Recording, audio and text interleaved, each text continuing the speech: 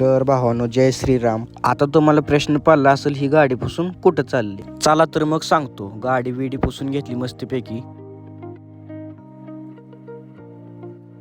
मग काय, निघालो समृद्धी महामार्गावर. शेतकऱ्यासाठी समृद्धी महामार्गच आहे भावांनो हा. एका हातात गाडीचा हँडवेल आणि एका हातात मोबाईल. मग लगेच आपल्या शेतात आलो. तुम्ही म्हणताला आजी शेतात कशाला गेले. चला तर मग सांगतो. तर भावांनो, आपल्या शेतातली लागण चालू होती, त्यामुळे मी शेतात आलतो. चला तर मग आपली विहीर बघू.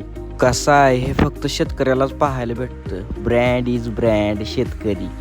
वर गडी होतं कामाला, गाड्यांकडे गेलो.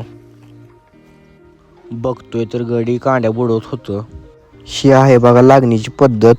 मग माझ्या पण मनाला वाटलं आपण पण थोडं काम करावं.